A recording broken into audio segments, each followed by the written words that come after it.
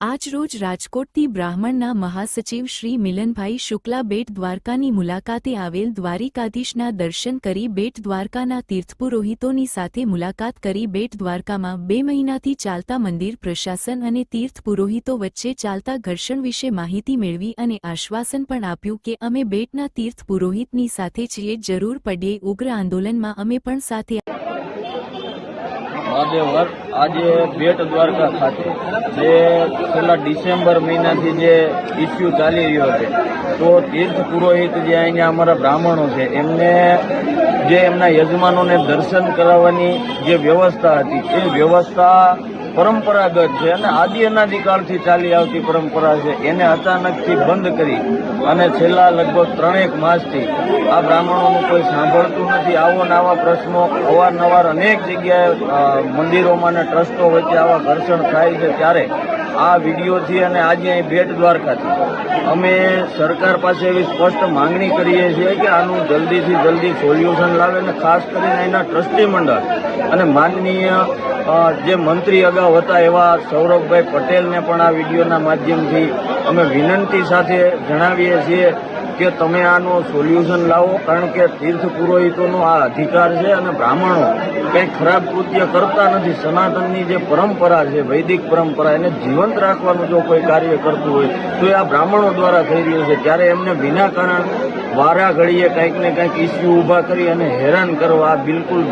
ગેરવ્યાજબી વાત છે ને. આગામી 17 તારીખે જ્યારે ટ્રસ્ટી મંડળની મિટિંગ થવા જઈ રહી છે, ત્યારે આમાં એ ટ્રસ્ટી મંડળની મિટિંગમાં આના વિશે સોલ્યુશન લાવી આ બાબતને પૂર્ણ કરવામાં આવે અને એમનો હક એમને આપવામાં આવે એવી મારી સ્પષ્ટ માંગણી છે. અન્યથા અમે પણ હવે બ્રાહ્મણો આમ તો અત્યારે નારાજ તો પોતે છે જ, બધાને ખબર જ છે, ઘણા બધી વાતોને લઈને બ્રાહ્મણોમાં નારાજગી છે. ત્યારે એકના એક વ્યક્તિને વારી ઘડીએ તમે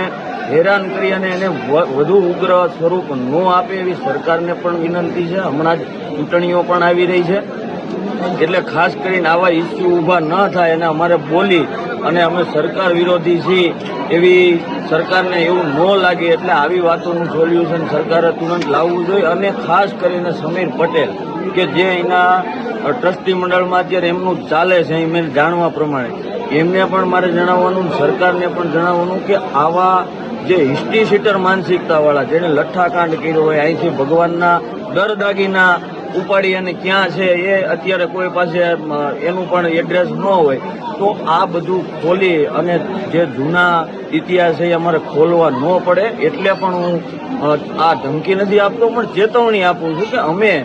જ્યાં બ્રાહ્મણોને અન્યાય થાય ત્યાં અમે હંમેશની માટે લડાયક મોડમાં હોઈએ છીએ ને અમારું જે ઉગ્ર સ્વરૂપ છે એ જોવું ન પડે, એટલે આનો તરત નિર્ણય લાવે. અન્યથા 17 તારીખ સુધીમાં આનું સોલ્યુશન નહીં આવે તો આગામી ટૂંક સમયમાં અમે તારીખ જાહેર કરી અને અહીં ગાંધી ચિંધ્યા માર્ગે અમે આંદોલનની શરૂઆત કરશું અને પછી જે કાંઈ પરિણામ આવે એ અમે લડવા માટે પણ તૈયાર છીએ. પણ મને આશા અને અપેક્ષા છે કે અત્યારે આપણા રાજ્યના યુવા મુખ્યમંત્રી અને જેમના ઉપર બહુ મોટી આશા છે, મને પણ એમના વ્યક્તિગત 2-4 એવા અનુભવ છે, એવા માનનીય આપણા જે હર્ષભાઈ સંઘવી છે એમને પણ હું રિક્વેસ્ટ કરું છું કે તમે આ બ્રાહ્મણો પ્રત્યે થોડીક ઊંડી લાગણી રાખી અને બ્રાહ્મણોને અન્યાય થાય અને એ વૈદિક પરંપરાને નુકસાન થાય એવી વાત ન થાય એ માટેથી પણ આ બાબતનું તુરંતમાં તુરંત સોલ્યુશન આવે, પોતે અંગત રસ દાખવી અને આનું સોલ્યુશન લાવે ને અમે આગામી ટૂંક સમયમાં 1-2 આવા બનાવોને લઈ અને માનનીય મુખ્યમંત્રીને આગામી વીકમાં અમે મળવા જવાના છીએ અને અમે રૂબરૂ પણ રજૂઆત કરવાના છીએ. અને મને પૂર્ણ વિશ્વાસ છે કે સરકાર આ બાબતે યોગ્ય કાર્યવાહી કરશે. અન્યથા અમે 25 તારીખે આગામી અમારી રણનીતિ અહીંના આગેવાનોને વિશ્વાસમાં લઈ અને જાહેર કરશું અને ગુજરાતભરના બ્રાહ્મણ યુવાનો અહીં આવી અને એક આંદોલનનું રણસિંહ ફૂંકશું. હરે હરે